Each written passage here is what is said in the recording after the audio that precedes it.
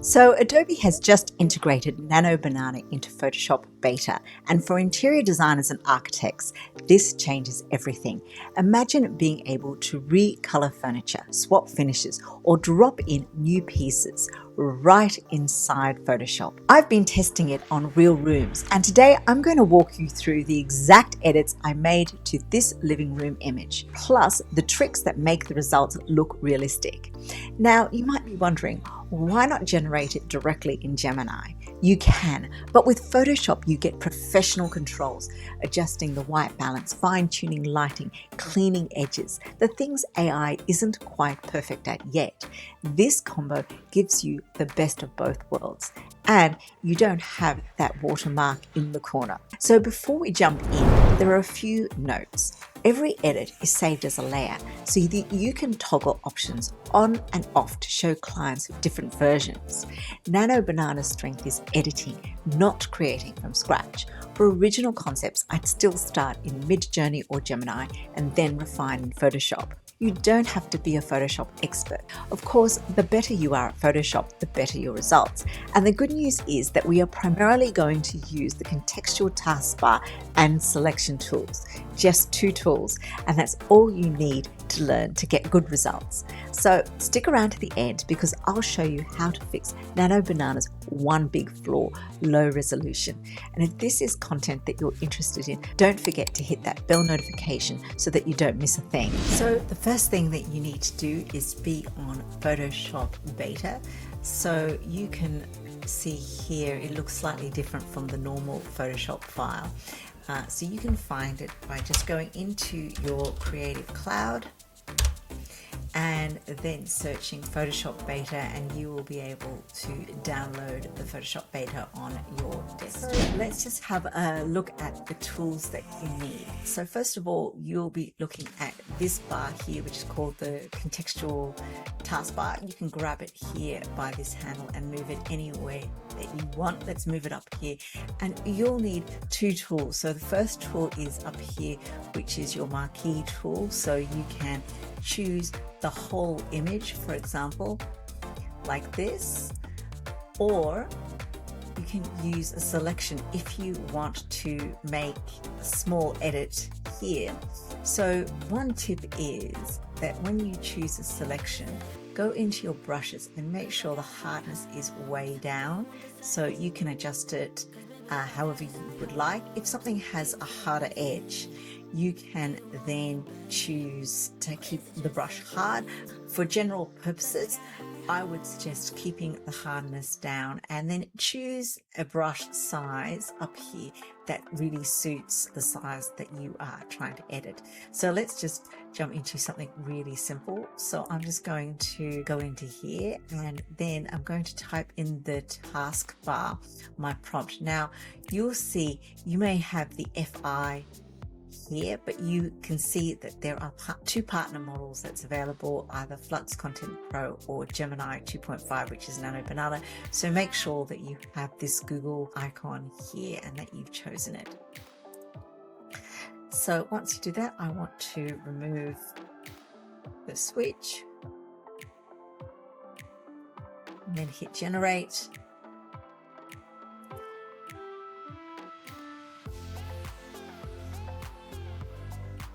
And it will take a few seconds to upload. Now with NanoBanana, you also have to say that you have only one option. So with Firefly you get 3 versions, but with NanoBanana you get only 1 version. So you can see here when we look at the switch, it's pretty much gone. And one of the things that I tested is, like, there's another socket here. I would actually choose it one by one, rather than if there are a few things that you would like to remove, just remove them one by one. Otherwise it will just ignore multiple versions, multiple selections. So just stick with one selection. I started with this image which I generated on Midjourney, and I want to make some edits to this room. Now first of all, if you want to empty the room full of furniture, I would suggest you head into Gemini and generate it there. Now remember, this tool is best for editing. So let's start with something simple, like adding in a table. Now you can see I've actually pre-generated all the images that I'm showing you, all the edits that I'm showing you. And what you can do, as I mentioned before, you can turn the layers on and off. So here I've generated a small table. I just gave a description that says, you know, place a small minimal coffee table into this room. And you can obviously just type it in this box here and then make that edit. Now, the other thing that you have to understand is that you are generating on top of images and you can get into trouble. So if you want to make a number of changes to a particular room, like let's say to generate different types of coffee tables, make sure that you head to the main layer and then add in the task there. So let's say I wanted to add in another table here. I would switch this off. I would go back to the original. I would color in the area where I would like the table, and then I would type in generate a new table, and I would describe it the way that I would like to. Another simple edit, I want to add a rug to the flooring, and you can see what I did was selected, and you can see that I haven't quite selected a large enough space, and we'll come back to this issue here. So make sure you're generous with the size of your selection. And of course, you can also see if you go into that image that there are some little inconsistencies here. So this is something that you would have to change with Photoshop, but it is something that is quite easy to do, and we can adjust that a little bit later. So if we go back, we can then change it to a number of different rugs to see different options. And this is the way that you could show your client, you know, different options of furniture, of rugs, or in rooms and so on. And you can just switch the layers on and off as you would like. If we leave this rug, we can add a coffee table to that rug. So I have basically put the prompt on top of the rug. Now obviously I still have this issue here, but you can see I've said add a minimalist coffee table with design books. So the prompts are really, really simple. Just say what you actually mean and probably keep it as simple and unadorned as possible. So you don't need to have a complex prompt. We are just editing this. Now let's adjust the fireplace surround. I'm going to switch off these layers and I am going to replace the fireplace, and you can see here I've made it dark, and again the prompt is literally I've just selected this area and then I've said replace the fireplace with a sleek black stone linear fireplace and centered, and I've asked it to preserve the overall appearance. So this is another point. If you don't want something to change, then make sure that you say explicitly that you don't want anything else to change, just the fireplace. You can see that you can choose different options. So here I have left the fireplace, the tiled surround, but then changed the fireplace to brass. And I've also added in an artwork, and you can see if I actually put in both of these, I can actually play with the different images here. So for example, I can show it with the brass surround, or I can switch that off and actually show the artwork with the black linear stone fireplace. So this is really, really useful when you're actually trying to show clients different options. And the beauty of it is that you can be really directly into Photoshop and do that. And just by switching on and off layers, you can show different options quite seamlessly. Let's do some edits of some existing furniture. So here I want to change this red table to green. So you can see this is very, very simple and easy to do. I just selected the table and said change the table color to green. You can see it's maintained the ceramic nature of the table. Then I asked it to add a Turkish rug. I selected this area, and you can again see the size of the selection area does matter. So if you want a larger rug, select a different area. The next thing I wanted to do was to change the armchair to a new one. So let me just switch off these edits.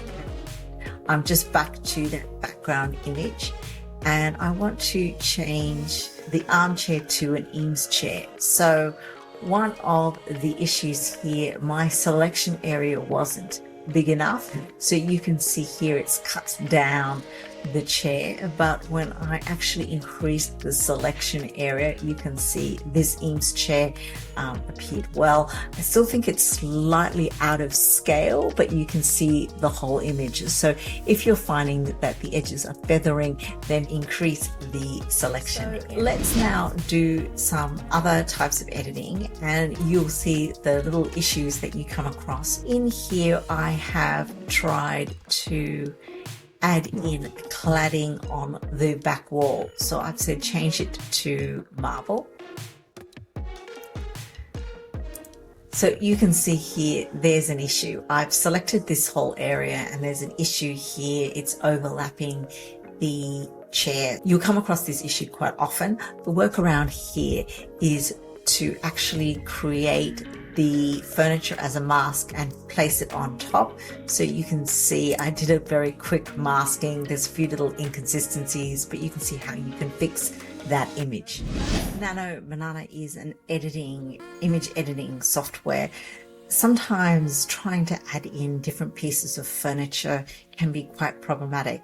The workaround here would be, once you get an image that you like, you would download it and then add on another chair.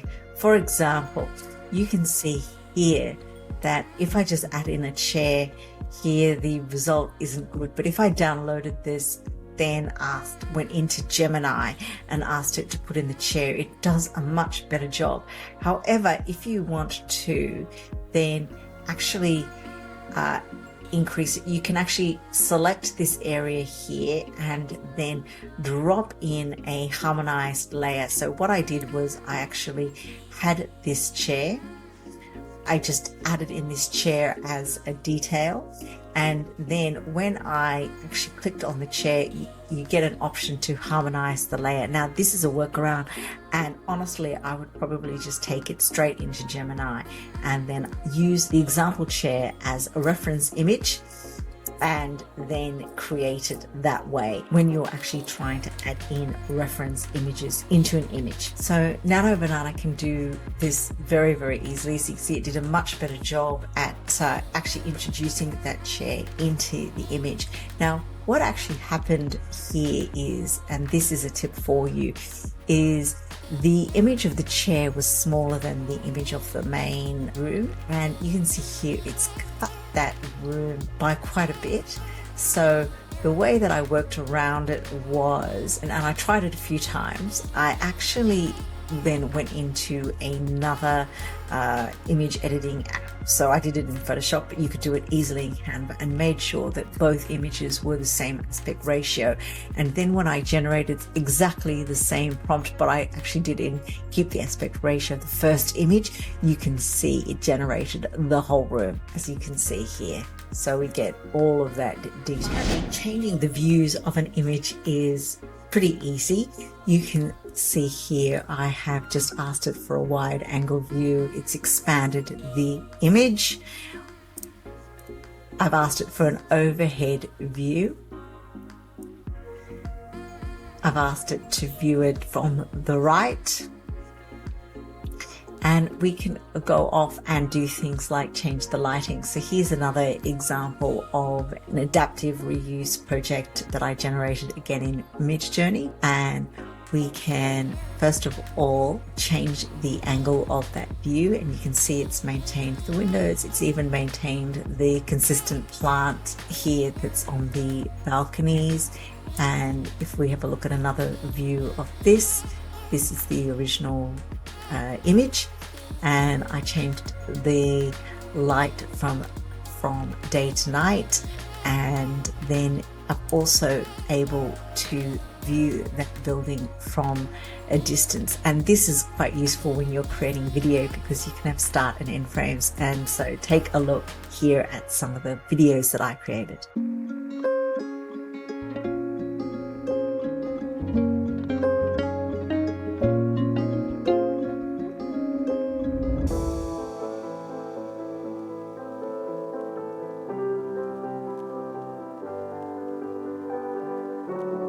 The most common things that we do as interior designers is to put together mood boards, and I think the goal here would be for clients to be able to see how different furniture choices, design choices can look in interiors. So I wanted to see whether I could streamline that process. So first of all, I prepared this mood board here and tried to see what these pieces of furniture would look like in different types of interiors.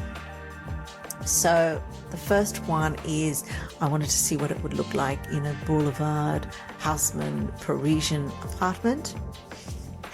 And then you can see different images, and here's a New York style loft. Here is a Scandinavian interior, and here is just a plain generic interior, and I think it did it extremely well.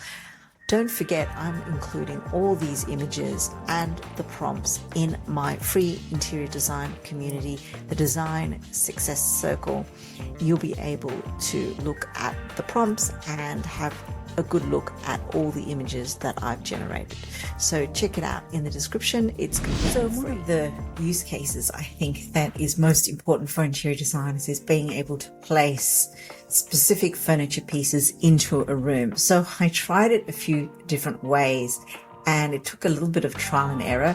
So I had this image which I emptied out using Gemini. I found that doing it directly in Gemini was much faster, but you can see there was a little watermark here, but obviously that's something that's quite easy to remove. Put it on a mood board template and put it in, and you can see here the results were not very good. It's kind of got the idea that I want this to be a collage with an interior scene, but you can see it's got it all wrong, and this is not useful at all. So the next thing I did was I got the image of the room, and then I put all the items on top of it, and I labeled them, and my prompt was place all these furniture items into this room. And you can see again, no, hasn't really worked. So that was pretty disappointing. So the next thing I did was I then created this mood board. So I've got an image of the room. I indicated with arrows where I was going to put all the furniture, clearly indicating it was going to put on the room, and gave it a more detailed prompt. So you can see I said place all these furniture items into the room. The sofa should be on the left with the coffee table in front. The rug should cover most of the floor. The floor lamp is behind the sofa, and the armchair is off to one side. Style the room appropriately with books and decorative items, and make it colorful and eclectic. And this was the result, and I think that was actually pretty good, and I was very happy with that result. If you want to improve your results, here's some lessons that I've learned with my tests. Firstly, use loose soft selections for natural blend. Bring down the hardness of your brush. Add do not change to lock down other elements. If your results look blurry, you can either regenerate or expand your selection. For crisp details like text or signage, Flux Context Pro is sometimes better. You can click the button here and you can choose that model. For realism and blending though, NanoBanana usually wins. Now, how to fix that resolution problem? The biggest drawback is that it only outputs at around 1K resolution. If you zoom in, the details look soft. I've used the Earthscan Upscaler plugin via Replicate. I'll leave a link in the description. It doubles or quadruples the resolution for cents per image. Textures stay sharp without inventing random details. It's perfect for sharp images for your client decks or printout.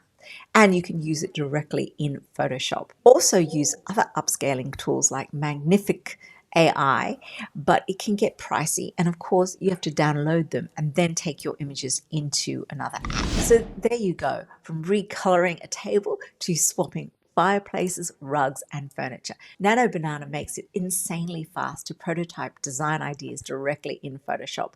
But remember, the magic is in your selections and your prompts, and get those right and results feel like real photography. And of course, you can improve your results by practice, practice, and practice. And if this was helpful, hit like so more designers can see it. And if you want to go deeper into all the ways NanoBanana can power your design process, check out this video next. You'll find it up here where I walk through 20 plus advanced use cases for architects and designers.